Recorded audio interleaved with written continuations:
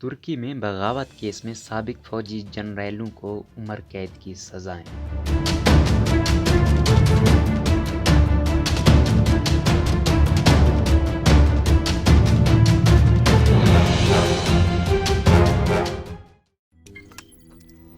روزنامہ قدرت کی ویڈیو دیکھنے کے لیے ابھی یوٹیوب چینل پر سبسکرائب کریں اور بیل آئیکن پر بھی کلک کریں۔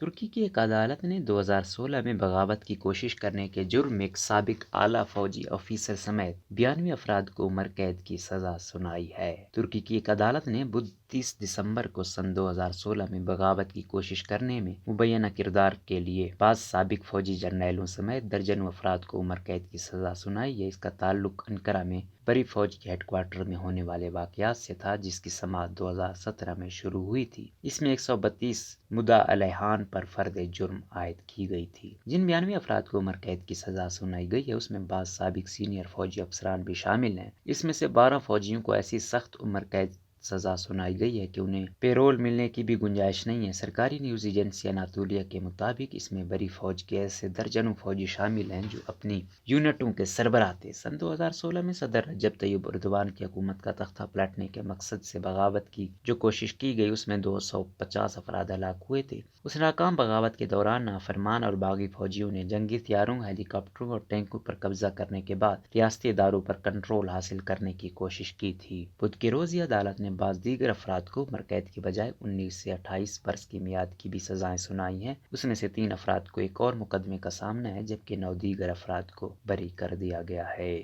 لاکھوں افراد حراست میں۔ جن افراد پر بغاوت کا مقدمہ درج کیا گیا، ان پر اقدام قتل کی کوشش اور ایک ممنوعہ مسلح دہشت گرد تنظیم کا رکن ہونے جیسے الزامات عائد کیے گئے تھے۔ گزشتہ ماہ عدالت نے بغاوت کی کوشش کرنے والے ان رہنماؤں کو الگ سے جیل کی سزائیں سنائی تھیں، جن کے بارے میں صدر اردوان کا کہنا ہے کہ وہ امریکہ میں مقیم مذہبی رہنما فتح اللہ گولن کے حامی ہیں۔ ترکی کی وزارت داخلہ کے مطابق فتح اللہ گولن سے مبینہ روابط رکھنے کے سلسلے میں تقریباً 2,92,000 افراد کو گرفتار کیا گیا تھا، جس میں سے تقریباً 1,00,000 افراد پر مقدمے کی سماعت ابھی مکمل نہیں ہوئی ہے، اس لیے وہ اب بھی جیلوں میں ہیں۔ بغاوت میں حصہ لینے کے الزام میں تقریباً 1,50,000 سرکاری ملازمین کو بھی یا تو برخاست کر دیا گیا یا پھر انہیں معطل کر دیا گیا تھا۔ اس سلسلے میں عدالت نے اب تک 2,500 افراد کو عمر قید کی سزا سنائی ہے، جبکہ وزارت دفاع کا کہنا ہے کہ بغاوت کی کوشش کے الزام میں تقریباً 20,000 افراد کو فوج سے نکال دیا گیا ہے۔